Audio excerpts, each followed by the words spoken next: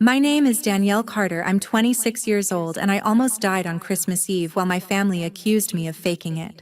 That night, the house was glowing with holiday lights. The table was set, the air smelled of roast turkey and cinnamon. Everyone was laughing, passing dishes, clinking glasses. I tried to smile, but every breath felt like my chest was locked in a vice. Danielle, stop fidgeting, my mother. Michelle hissed across the table, her lipstick-perfect smile never breaking. You're making people uncomfortable. I pressed my hand to my ribs. The stabbing pain had been building for days. Mom. My voice cracked. I can't breathe. My sister Tiffany rolled her eyes so hard I thought they might stick. Here we go again, she muttered loud enough for the whole table to hear. Drama, Danielle. Can't let anyone else have the spotlight for one night. I tried to answer, but the words caught in my throat. The edges of the room blurred. When I pushed back my chair, my legs gave out. Plates crashed, glasses shattered. I collapsed on the tile, gasping. Danielle, Mom's heels clicked toward me. But instead of kneeling, instead of reaching out, she folded her arms. Get up. This is ridiculous. Seriously? Tiffany's laugh was sharp. We're in the middle of dinner. You couldn't wait to pull this stunt. Their voices seemed far away, muffled. My lungs refused to fill. I clawed at the floor, terrified. And then Justin, my brother-in-law, dropped beside me. His face was pale. She's not pretending. She's blue. Call 911. Mom's reply was instant, furious. Justin, don't encourage her. She's done this before. But Justin already had his phone out. She's not breathing. Michelle. His shout cut through the chaos. Send an ambulance now. The last thing I saw was the paramedics bursting through the door, their voices urgent. We've got a critical patient, get the stretcher now. And just like that, everything went black. When I was a kid, I thought every family worked this way, that pain was something you swallowed, that crying meant weakness, that being sick made you unworthy of love. My father died in a car accident when I was 6.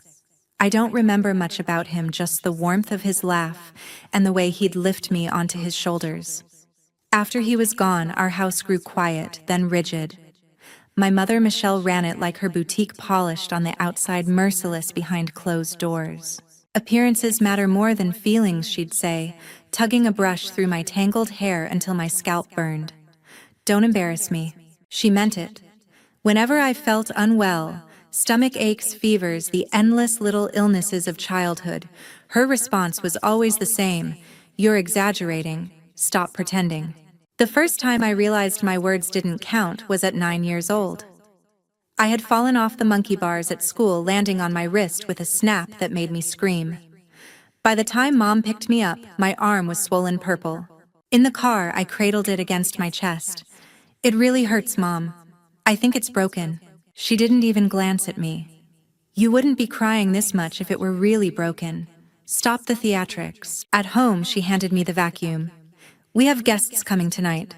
You'll do your chores first. So I vacuumed, tears streaming down my face while Tiffany, 2 years older, always perfect in Mom's eyes, stood in the doorway smirking. Drama queen, she sang, rolling the word on her tongue like candy. Only after the guests left did Mom finally drive me to urgent care. The X-ray confirmed what I'd said hours earlier, a clean fracture. The doctor asked gently, "How long has it been like this?" I looked at Mom before answering.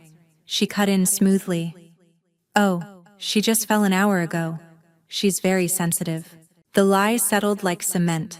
The doctor nodded, scribbled on his clipboard, and the truth, my truth, vanished into silence. From then on, Tiffany picked up Mom's tone, repeating it like scripture. If I got the flu, she'd laugh, Danielle's dying again. If I twisted my ankle, she'd mimic a limp until I begged her to stop. Mom never corrected her. She just tightened the rules. Don't cry, don't complain, don't make a scene. The result was simple. I stopped telling them when I hurt. At school, I learned to plaster on a smile. At home, I shrank smaller and smaller, convinced that maybe they were right. Maybe I was too dramatic. Maybe pain was something other people got to feel. But at night, alone in my room, I would curl up under the covers, clutching the aching parts of myself and whispering, "You're not pretending. You're real. You know your body." It was the only place I allowed myself to believe it. By the time I hit high school, I had mastered silence. If I felt dizzy during gym, I pushed harder. If I had migraines so sharp they blurred my vision, I locked myself in the bathroom until they passed. At home, weakness was ammunition, and Tiffany never missed a chance to fire.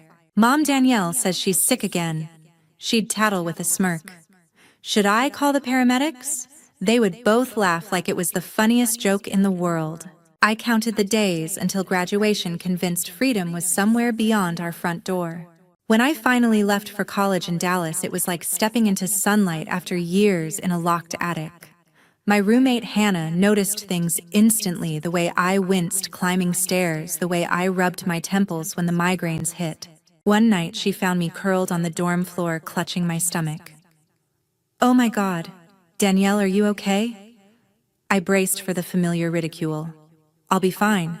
It's not a big deal." She shook her head. "Not a big deal? You're pale. We're going to the campus clinic." The words stunned me. "We're going. Not stop pretending. Not you're exaggerating." She believed me. At the clinic, the nurse confirmed what I'd suspected: a stomach ulcer from years of stress. Simple medical fact. I wasn't crazy. I wasn't dramatic. I was sick. And someone took it seriously. That night, Hannah bought me ginger tea and sat cross-legged on my bed. "You have to stop minimizing everything," she said. "Your pain is real. You matter." It was the first time anyone had said those words aloud. They cracked something open in me, a part of myself I'd buried long ago. College became a period of slow repair. I studied business, joined a photography club, worked part-time in a cafe. For the first time, I had friends who noticed when I wasn't okay and cared enough to ask. But the ghosts of home still followed me. On breaks when I visited Orlando, it was as if nothing had changed. Mom would eye me critically. "You've gained weight. Don't tell me you're eating cafeteria food." Tiffany would scoff at my stories. "So dramatic, Danielle. You probably fainted on purpose so your roommate would pity you." I'd laugh it off, but inside the old doubt returned. If my own family refused to believe me, maybe my friends were just being nice. Still, I clung to the truth I'd learned at college: not everyone dismissed me. Pain didn't make me weak. And leaving Orlando after each visit always felt like escape. By the time I graduated at 22, I had built a fragile sense of self-worth. I found a marketing job in Miami and moved into an apartment with Hannah. Life was finally mine, independent, steady. I thought I had outrun the past.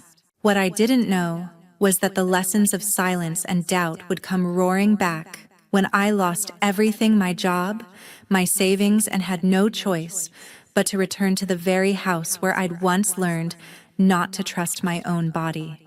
At 25, I thought I had it figured out. A steady marketing job in Miami, a tiny but bright apartment, late-night talks with Hannah that felt like family. For the first time, I was living, not just surviving. Then the company downsized. In one meeting, my position vanished along with my paycheck. The savings I'd built drained in months: rent, bills, groceries. By October, I had no choice but to pack my life into boxes and drive back to Orlando. Back to them. The house looked the same, but stepping inside felt like slipping into an old, suffocating costume. Mom greeted me with an air kiss, her eyes scanning my suitcase. "Don't tell me you're moving in permanently. You're too old to freeload." "It's just temporary," I murmured. Tiffany appeared behind her heels, clicking on the hardwood. Her smile was sweet as poison. "Of course it's temporary. Danielle has always been a guest star in this house." I bit my tongue. I needed a roof. I needed time. Within a week, Mom found a way to tether me. "Since you're here, you'll take charge of Christmas. Guests expect everything perfect, and Tiffany has work." Work. Tiffany's new boutique job gave her endless excuses to avoid responsibility, so the burden fell on me. I spent December running errands, stringing lights, ironing linens until my back screamed. At night, lying in my childhood bedroom, I felt the familiar ache in my ribs flare again. Breathing grew tight. Some mornings I woke drenched in sweat, my heart racing. "Mom, I don't feel right," I said once, careful testing the waters. She didn't look up from her laptop. "Of course you don't. You never do. You're not backing out of Christmas." So I kept going. Shopping lists, menus, decorations, every detail had to impress her friends. Tiffany breezed in occasionally, offering critiques like a boss reviewing an intern. "These ribbons are crooked. The dessert table looks sad." "You're trying too hard, Danielle." Each jab chipped at me, but I swallowed it. "Just survive December," I told myself. Once I found work, I could leave again. But my body wasn't listening. The tightness in my chest worsened. Sometimes I had to sit down dizzy while wrapping gifts. At night, Hannah's voice echoed in my head. "Your pain is real. You matter." Yet here, in this house, that truth melted away. Christmas Eve arrived in a storm of polished silverware, candles, and carols humming through speakers. The house sparkled. I looked like a ghost. My reflection in the bathroom mirror showed pale skin, hollow eyes, lips dry from shallow breaths. I considered calling Hannah, begging her to drive up. But what would I say? Come rescue me from my own family? It sounded childish, so I powdered my face, forced on a red dress, and walked to the dining room. The table was perfect, just like Mom demanded. Guests praised Tiffany's efforts, unaware I had bled myself dry for weeks. I sat at the corner, silent, a pressure ballooning inside my chest. It was that night, during the laughter, the toasts, the clinking of wine glasses, that my body finally betrayed me. The moment everything unraveled. When I opened my eyes, the world was white, sterile. A steady beep, beep, echoed from a monitor at my side. Hospital. A nurse noticed I was awake and hurried over. "Don't try to sit up yet. You stopped breathing on arrival. We had to stabilize you." Her words sank slowly like stones. Stopped breathing. I wasn't crazy. Something real had happened. But before relief could settle, the door burst open. Mom swept in, Tiffany at her heels. Their expressions weren't relief, weren't fear. They looked annoyed. Danielle, Mom sighed like she'd caught me sneaking in past curfew. "Do you have any idea what you've put us through?" I blinked, throat raw. I couldn't breathe. They said "You embarrassed us," Tiffany snapped. Her arms were crossed, nails gleaming under fluorescent light. Guests were whispering, saying you pulled some stunt for attention. Christmas was ruined. I stared at her, waiting for a crack, a hint that she was joking. But her face was stone. The nurse cleared her throat. "Excuse me, but she suffered a severe asthma attack, possibly pneumonia. We're running more tests." This wasn't for attention. She nearly died. Mom's lips tightened. She always finds a way to make things bigger than they are. She turned to the nurse. "How soon can she be discharged?" "We have family brunch tomorrow." I felt like the air had been punched out of me all over again. Even with medical proof, even after almost dying, they still didn't believe me. When the nurse left, Tiffany leaned closer, her voice sugar-coated but sharp. "Next time, Danielle, try not to ruin the holiday. Some of us actually matter in that house." Justin appeared then, standing awkwardly in the doorway. His eyes were kind, guilty. "Danielle, don't listen. I saw you. You weren't faking." For a moment, I clung to his words like a lifeline. Someone else had seen the truth. But Mom snapped at him. "Justin, that's enough. Don't encourage her." Silence hung heavy after they left, the door clicking shut. I lay there staring at the ceiling, a foe tugging at my arm, heart hammering. They would never see me, never believe me. The thought was colder than the hospital air. That night, while the machines hummed beside me, I realized something had shifted. Their disbelief wasn't just cruel, it was dangerous. Because if I kept relying on them, one day I wouldn't wake up at all. I was discharged 2 days later, weaker but alive. Mom didn't pick me up. Justin did. He carried my bag silently, his jaw tight. When we reached the house, the smell of cinnamon and pine still lingered. Christmas was over, but its glittering shell remained like nothing had happened. Mom was at the dining table, flipping through a magazine. Tiffany scrolled her phone nearby. Neither looked up. I cleared my throat. The doctor said I need rest. I can't keep doing all the chores. Mom turned a page. Then maybe don't dramatize everything. You're fine. The heat rose in my chest, not sickness this time, but fury. For 25 years I had swallowed their disbelief, bent myself small, prayed for scraps of kindness. But lying in that hospital bed, I realized surviving them was killing me. I placed the hospital bracelet on the table in front of her. The plastic tag glared under the light, my name printed in black ink. This says otherwise. I stopped breathing. That's not drama. That's real. Tiffany rolled her eyes. Oh, here we go again. Always the victim. No, I said, my voice steady for once. Not anymore. I'm done letting you decide what's real. I'm done begging you to care.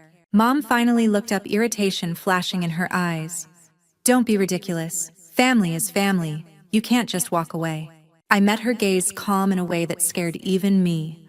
Watch me. Silence spread across the room. Tiffany scoffed, but Justin shifted uneasily, eyes flickering with something like respect. That night, I packed quietly. No ceremony, no goodbyes. Just folded clothes, zipped bags, and a heart that felt bruised, but resolute. Before dawn, I wheeled my suitcase out the front door. The cold air hit my lungs sharp and clean, as if the world itself exhaled with me. I didn't know exactly where I was going, maybe back to Miami, maybe to Hannah's couch. But I knew where I wasn't staying. For the first time, leaving didn't feel like running away. It felt like survival. And this time, I wasn't coming back. I didn't slam the door when I left. I didn't scream or cry. I simply walked away, suitcase rolling behind me like a shadow I was finally allowed to release. Hannah opened her apartment door in Miami with wide eyes and outstretched arms. "You look like hell," she whispered, then pulled me into a hug so tight I nearly collapsed. For the first time in weeks, I let myself sob. Not the quiet, hidden tears I'd mastered as a child, but heavy, shaking cries that racked my chest. Hannah didn't flinch. She held me until the storm passed. Recovery was slow. My lungs needed time, and so did my heart. There were days I woke in panic, certain I'd hear Tiffany's sneer or Mom's clipped voice. But instead, there was Hannah making tea, or Justin's texts checking in quietly. Apologies he couldn't quite say out loud, but I understood anyway. I found small jobs at first, freelance projects, tutoring sessions, anything to rebuild a sense of worth outside their house. Each paycheck, no matter how small, felt like proof I could survive without them. Therapy came next. It wasn't easy, peeling back years of dismissal, learning to say my pain matters without waiting for permission. But piece by piece, I stitched myself back together. One evening, sitting on Hannah's balcony, I watched the Miami skyline glow against the ocean. She passed me a mug of tea and said, "You know, family doesn't always mean blood. Sometimes it's the ones who stay when things break." Her words settled into me like warmth spreading through chilled skin. She was right. I used to think surviving meant enduring my parents, shrinking myself to fit their version of me. But survival had a different shape now, choosing spaces where my breath came easy, where my truth wasn't a burden, but a bond. By the next Christmas, I didn't return to Orlando. Instead, I hosted a small dinner in Hannah's apartment. We cooked clumsily, laughed at burnt cookies, drank cheap wine. It wasn't lavish or perfect, but it was real. Looking around the table, Hannah grinning, a couple of friends sharing stories, even Justin calling in over video chat, I felt something I'd never felt at home: belonging. For the first time, I wasn't the forgotten daughter. I wasn't the burden. I was simply me. And that was enough. 5 years later, December still carries a weight. The sight of twinkling lights, the smell of cinnamon, sometimes they stir old ghosts. But I don't run from them anymore. This year I spent Christmas morning walking along the beach. The ocean stretched endless, and bright waves folding and unfolding like pages I finally learned to turn. Behind me waited a home I built myself, small, sunlit, filled with books, plants, and people who chose me, not out of obligation, but out of love. Hannah still teased me like a sister. Justin visited when he could, and slowly I learned to let others in too. Mom and Tiffany. We haven't spoken in years. Sometimes a part of me aches at that silence, but then I remember, silence is kinder than their denial ever was. For so long I believed family was something fixed, unchangeable, a debt I had to keep paying no matter the cost. But survival taught me something else. Family can be redefined. It can be chosen. When I left that house, I thought I was walking away from everything. Now I know I was walking toward myself. And this life, fragile and imperfect as it is, finally feels like mine. That's my story. I spent years begging for love in a house that only gave me doubt. I almost lost my life before I realized I didn't need their belief to make my pain real. What I needed was to believe myself. If you've ever felt invisible in your own family or been told your feelings don't matter, I hope my journey shows you this. You can step away. You can build a new circle, a new family, and a new self that isn't defined by their denial. And if you're still in the middle of it, still fighting to be seen, please know you're not alone. Thank you for listening, for sharing this time with me. If this story touched you, hit the like button, subscribe for more, and drop a comment below. I'd love to hear your own story, whether of surviving, rebuilding, or still searching for your voice. Because sometimes telling it out loud is the first step to healing. And maybe, just maybe, we can remind each other our truth matters. Always. We've decided to restructure your role, Sierra. Your salary is being cut by 50%, and you'll be moved to a clerical position, Trevor Blackstone said, sliding a new contract across the mahogany conference table. His voice carried that familiar smugness I had grown to despise over the past 5 years. Let's be honest here. We only used you for your looks to close deals. You're done. I sat there in stunned silence, my hands folded in my lap as I processed what was happening. Just 24 hours earlier, I had closed the largest deal in Horizon Marine Group's history. A $1.3 billion contract for 4 custom mega yachts with the Al Rashid Investment Group. The champagne from our supposed celebration dinner still felt fresh on my lips. And now this.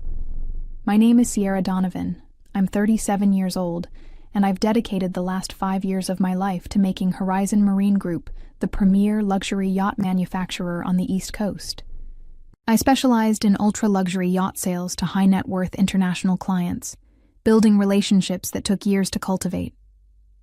My office overlooked Boston Harbor, and every morning I watched the sunrise paint the water golden while I prepared for another day of closing million-dollar deals. The Al Rashid contract wasn't just any deal. It was a testament to everything I had worked toward. 4 custom mega yachts, each one a floating palace designed specifically for the client's vision. The negotiation process had taken 18 months. Countless trips to Dubai and London, and more late-night phone calls than I could count. But I had made it happen, securing not just the initial sale, but ongoing maintenance contracts and potential future builds that could reach another $1 billion in revenue.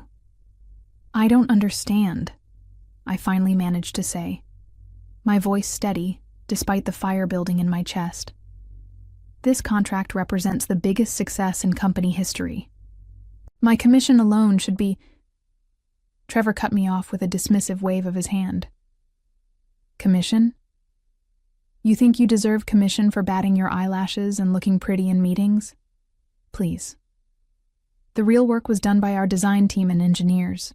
You were just the pretty face we put in front of rich clients. The other executives around the table, men I had considered colleagues, even friends, avoided my gaze. Some stared at their phones, others shuffled papers, but none of them spoke up. The silence was deafening, and in that moment, I realized just how expendable they had always considered me. But as Trevor continued his condescending speech about my new role, filing paperwork and answering phones, I felt something shift inside me. A calm, calculating energy that reminded me exactly why I had insisted on certain clauses in my original employment contract 5 years ago. Trevor had forgotten something very important, and his arrogance was about to cost him everything. 5 years ago, when I first joined Horizon Marine Group, I wasn't the seasoned sales executive I am today. I had just left my position at Newport Shipyard after a messy departure involving a sexist supervisor who tried to take credit for my work. I was determined never to find myself in that position again. So when Horizon offered me the opportunity to build their luxury yacht division from the ground up, I made sure my contract protected me in ways that most people never consider. My background in maritime law, combined with my MBA from Boston University, had taught me to read between the lines of every agreement. While Trevor and the other executives focused on the standard salary and benefits package, I was inserting clauses that would safeguard my work and my relationships with clients. Clause 51A was buried deep in the legal language, a provision that stated any restructuring or reduction in my role prior to full commission payout would immediately void my client obligations and nullify existing deals I personally closed. At the time, the legal team barely glanced at it. They were more concerned with non-compete agreements and intellectual property protections. But I knew that in the yacht industry, relationships were everything, and I wanted insurance that my work couldn't be stolen from under me. Those first 2 years at Horizon were challenging. I was building a client base from scratch, attending boat shows from Miami to Monaco, networking at exclusive events where a single conversation could lead to a $50 million sale. I learned to speak the language of the ultra-wealthy, understanding their desires for privacy, luxury, and exclusivity. My clients weren't just buying yachts, they were investing in floating status symbols that reflected their success and sophistication. Trevor had been different then, or perhaps I had been too naive to see his true nature. He seemed supportive of my efforts, even impressed by my early successes. The first major deal I closed was a $40 million yacht for a tech entrepreneur from Seattle. Trevor took me out for dinner to celebrate, telling me I had a bright future at the company. I should have recognized the patronizing undertone, but I was too focused on proving myself. Over the years, my client relationships deepened. The Al-Rashid family became more than just customers. They trusted my expertise and valued my judgment. When they mentioned wanting to expand their fleet, I spent months crafting a proposal that would exceed their expectations. The 4 megayachts weren't just purchases. They were investments in a long-term partnership that could span decades. But as my success grew, so did the resentment from my male colleagues. They began questioning my methods, suggesting that my results were somehow less legitimate because of my gender. The whispers started small. Comments about my wardrobe choices, speculation about my client relationships, implications that my success was based on anything other than my skill and hard work. I had tried to ignore the toxic culture brewing at Horizon, focusing instead on my clients and my sales numbers. But sitting in that conference room, listening to Trevor's cruel dismissal of my achievements, I realized that my patience had finally reached its limit. The moment Trevor finished his humiliating speech about my new role, I calmly reached for my phone. His smirk faltered slightly as I began typing, but he continued talking about transition timelines and reduced responsibilities, clearly relishing what he thought was his moment of triumph. "Are you even listening to me?" he snapped, his voice sharp with irritation. "Oh, I'm listening," I replied, not looking up from my phone. "I'm just taking care of some urgent business."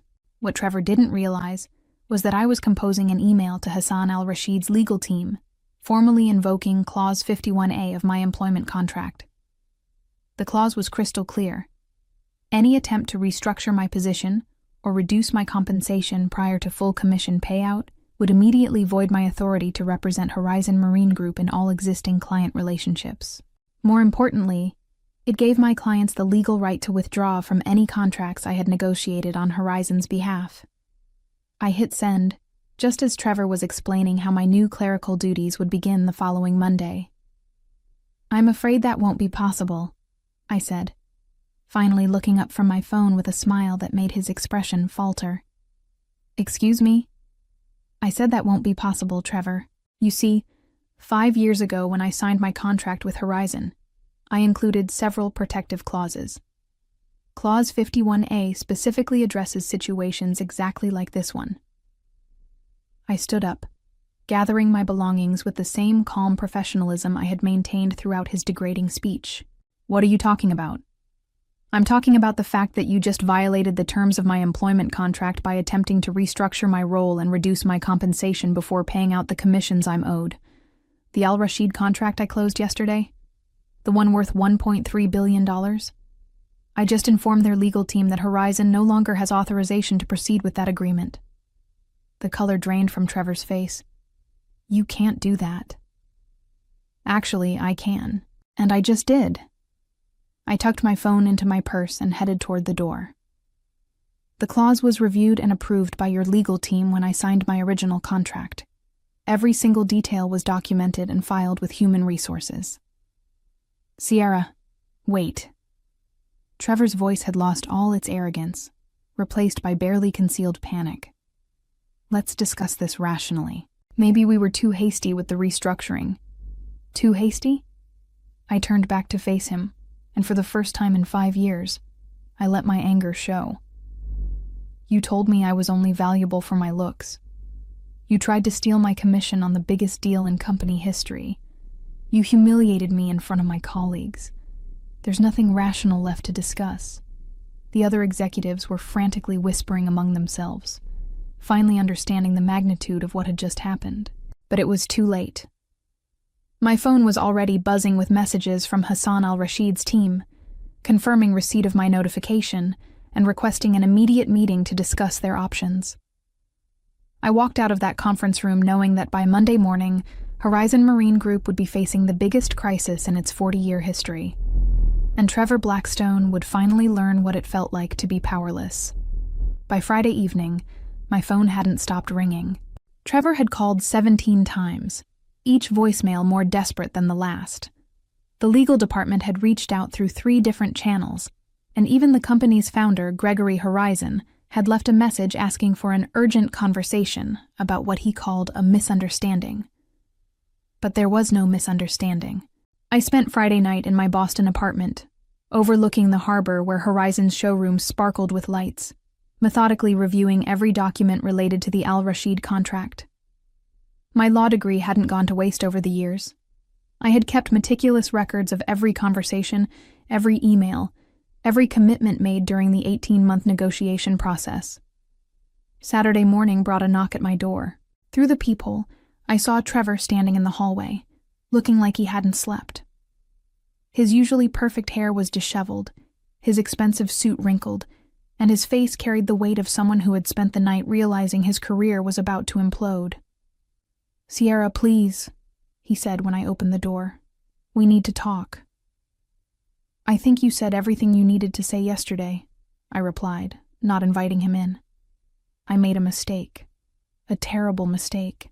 The board is meeting Monday morning, and if the Al Rashid contract is really void..." He ran his hands through his hair, a gesture that would have seemed vulnerable if I hadn't known him for 5 years. The company could face bankruptcy. 40 years of business, hundreds of employees. Interesting that you're suddenly concerned about other people's livelihoods. I leaned against my doorframe, studying his panicked expression. Yesterday you were quite comfortable destroying mine. I was wrong. Completely wrong. Your work on the Al Rashid account was brilliant. The entire strategy, the relationship building, everything. I let my ego get in the way, and I said things that were inexcusable. He paused, clearly struggling with words that felt foreign in his mouth. "I'm sorry, Sierra. Truly sorry." For a moment, I almost felt sorry for him. Trevor looked genuinely devastated, and despite everything, I had spent 5 years working alongside him. But then I remembered his words from the conference room, the smugness in his voice when he told me I was only valuable for my looks, and my resolve hardened. "Your apology doesn't change what you revealed about yourself in this company," I said quietly. "For 5 years I built relationships, closed deals, and generated millions in revenue. And the moment I achieved something truly extraordinary, you tried to steal the credit and reduce me to a secretary. The board will reinstate your position, your full salary, your commission, everything. We can fix this." I shook my head. "You can't fix trust, Trevor. You can't fix the fact that you showed me exactly how expendable you consider me to be. And you certainly can't fix the legal consequences of violating my contract. As if on cue, my phone buzzed with a text message from Hassan al-Rashid himself. Emergency meeting requested for Monday 9 a.m. Dubai time. Contract status requires immediate clarification. That's my client, I said, showing Trevor the message. He's requesting clarification about the contract status. By Monday morning, Horizon's biggest deal in company history will officially be canceled, and there's nothing you can do to stop it. Trevor's face went pale. Sierra, please, think about this rationally. You're not just hurting me. You're destroying the livelihoods of innocent people. I am thinking rationally, I replied. I'm thinking about a woman who spent 18 months of her life building something extraordinary, only to be told she was worthless the moment she succeeded. I'm thinking about every other woman who might walk into that conference room after me and face the same humiliation. I stepped back and began closing the door. Goodbye, Trevor. I'll be watching the news Monday morning to see how the board explains losing $1.3 billion to their shareholders. The door clicked shut, leaving Trevor standing alone in the hallway with the weight of his company's future pressing down on his shoulders. Sunday arrived with an unexpected call from Hassan al-Rashid himself. It was 6 a.m. Boston time, which meant it was already afternoon in Dubai. I had been expecting this conversation, but hearing Hassan's familiar voice still sent a jolt of nervous energy through me. Sierra, my friend, he said, his English carrying that slight accent that had become so familiar over our 18 months of negotiations. I received some very concerning communications from your legal department yesterday. Hassan, I replied, settling into my kitchen chair with a cup of coffee. I imagine you have questions about the contract status. Indeed I do. Your message mentioned that Horizon Marine Group no longer has authorization to proceed with our agreement. This is unexpected, given our celebration just 3 days ago. I took a deep breath, knowing that this conversation would determine not just my future, but Hassan's opinion of my professional integrity. Hassan, I need to share something with you about what happened after our deal was finalized. I explained the entire situation. Trevor's demotion, the salary cut, his degrading comments, and the legal clause that gave me the right to void client contracts under these circumstances. Hassan listened without interruption, and I could almost feel his growing anger through the phone. This Trevor Blackstone, Hassan said when I finished, his voice tight with controlled fury. He said you were only valuable for your appearance? Those were his exact words. A long pause followed. Hassan al-Rashid was a traditional businessman who valued respect and honor above all else. In our 18 months of working together, he had always treated me as an equal, valuing my expertise and judgment. To learn that my own company had disrespected me in such a fundamental way would be deeply offensive to him. Sierra, he said finally, in our culture, we have a saying. The tree that bears the most fruit is the one they throw stones at. You have been throwing fruit to ungrateful people. Hassan, I want you to know that this situation doesn't reflect on the quality of the yachts or the design team at Horizon. The product itself is still exceptional. No, he interrupted firmly. You misunderstand. I am not concerned about the yachts. Yachts can be built by many companies, but finding someone with your integrity, your vision, your understanding of what we require, this is rare. My heart began racing as I sensed where this conversation was heading. I have a proposition for you, Hassan continued. The Al-Rashid Group has been considering establishing our own marine consulting division. We want someone to oversee our yacht acquisitions, work directly with builders, manage our growing fleet. This person would report directly to me, work with unlimited budget, and earn significantly more than any salary at Horizon Marine Group. Hassan, are you offering me a position? I am offering you partnership, Sierra. You would be our director of marine assets, based in Dubai with travel as needed. Your first project would be overseeing the construction of our 4 yachts, not with Horizon, but with whichever builder you recommend. Complete authority, complete trust. The irony was stunning. In trying to diminish my value, Trevor had inadvertently driven my most important client directly to me. Hassan wasn't just rescuing me from a toxic situation. He was offering me the career opportunity of a lifetime. The salary would be 3 times what you earned at Horizon, he added, plus equity in our marine division, plus bonuses tied to fleet value appreciation. Are you interested in discussing details? I looked out my window at Boston Harbor, where Horizon's facility glowed in the morning sun, and smiled. Hassan, I'm very interested. Excellent. Can you be in Dubai by Wednesday?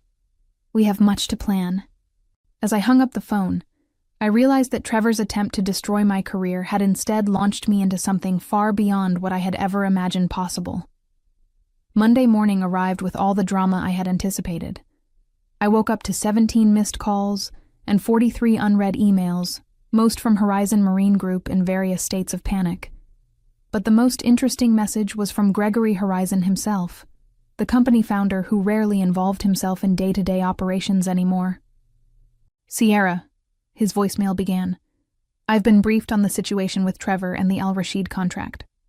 I want you to know that his actions do not represent the values this company was built on. Please call me immediately. We need to discuss how to move forward. Instead of calling back, I got dressed in my best business suit and drove to Horizon's headquarters for what I knew would be the last time as an employee. The building that had been my second home for 5 years suddenly felt foreign, as if I were viewing it through the eyes of a stranger. The lobby was unusually quiet, with security guards stationed at the elevators. Clearly, management was expecting some kind of confrontation. I rode up to the executive floor, where the entire leadership team was gathered in the main conference room. Through the glass walls, I could see heated discussions taking place around multiple tables. Sierra! Gregory Horizon stood up the moment I entered the reception area. At 73, he was still an imposing figure, with silver hair and the kind of presence that commanded respect. Thank God you're here. We need to resolve this situation immediately. Mr. Horizon, I replied politely. I assume you've reviewed the details of my contract clause. I have. And I've also reviewed the circumstances that led to its activation. His expression darkened as he glanced toward the conference room where Trevor was gesticulating frantically at a group of board members. What Trevor did was inexcusable, Sierra. Completely inexcusable. I appreciate that acknowledgement. More than acknowledgement, I want to make this right. Trevor is being terminated immediately, effective today. I'm prepared to offer you his position as Vice President of Sales, with a 50% salary increase, full commission on the Al Rashid deal, and a formal apology from the board of directors. It was a generous offer, more than I had ever expected when I first triggered Clause 51A. But sitting in that reception area, watching the chaos I had unleashed through the conference room windows, I realized that my perspective had fundamentally shifted. Mr. Horizon, I appreciate the offer, but I'm afraid it's too late. His face fell. Sierra, please, be reasonable. This company has been my life's work. The Al Rashid contract represents our entire expansion plan for the next 5 years. Without it, you'll have to find another way forward, I said gently. Just like I had to find another way forward when your leadership team decided I was expendable. What will it take? Name your price. I pulled out my phone and showed him the email I had drafted that morning. Hassan Al Rashid has offered me a position as Director of Marine Assets for the Al Rashid Group. I'll be overseeing their yacht acquisitions worldwide, working with whatever builders I choose to recommend. My first decision will be selecting a new partner for their 4-yacht project. Gregory's eyes widened as he read the email details. Sierra, that's an incredible opportunity. It is. And it never would have happened if Trevor hadn't shown me exactly what my future at Horizon would look like. I stood up, extending my hand for a final handshake. I'll be submitting my resignation today, effective immediately. The Al Rashid contract withdrawal is already in process. As I walked toward the elevator, I could hear the eruption of voices from the conference room behind me.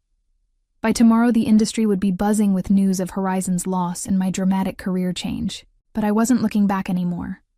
I was looking toward Dubai, toward a future where my expertise would be valued rather than exploited. 3 weeks later, I was sitting in Hassan al-Rashid's Dubai office, looking out at the Persian Gulf while we finalized contracts with Benetti Yachts in Italy for the 4 mega-yacht project. The irony wasn't lost on me. Horizon had lost a $1.3 billion contract, and I was now overseeing an even larger deal worth $1.8 billion with their competitor. My phone buzzed with a news alert from Marine Industry Weekly. Horizon Marine Group faces financial crisis after losing historic contract. The article detailed how the company's stock had plummeted 40% in 3 weeks, forcing them to lay off 60 employees and cancel their planned expansion into European markets. Trevor Blackstone's name appeared nowhere in the article. According to my former colleagues who still reached out occasionally, he had been quietly terminated the Monday after our confrontation, with the board citing conduct unbecoming and breach of fiduciary duty. His replacement, Jennifer Walsh, had immediately reached out to apologize for Trevor's behavior and ask if there was any possibility of salvaging the Al-Rashid relationship. I had politely declined. Hassan entered the office carrying 2 cups of traditional Arabic coffee, a ritual we had maintained throughout our business relationship. "The contracts are finalized," he announced with satisfaction. "Benetti will begin construction on the first yacht next month. They estimate 18 months for completion of all 4 vessels." "Excellent," I replied, accepting the coffee. "And the timeline works perfectly with our fleet expansion plans. Sierra, I have news that might interest you." Hassan settled into his chair with a slight smile. "I received a call yesterday from Gregory Horizon himself." I raised an eyebrow. "Oh?" "He wanted to discuss the possibility of Horizon bidding on future Al-Rashid projects. Apparently, they are quite desperate for new contracts." Hassan's smile widened. I told him that all marine procurement decisions now go through our Director of Marine Assets. The sweetness of that moment was indescribable. In less than a month, I had gone from being dismissed as a pretty face to holding the power to determine Horizon's future in the luxury yacht market. 6 months into my new role, I was attending the Monaco Yacht Show as the Al-Rashid Group's representative when I encountered the full scope of my revenge's impact. The show was the industry's most prestigious event, where yacht builders, designers, and buyers gathered to showcase the future of luxury marine vessels.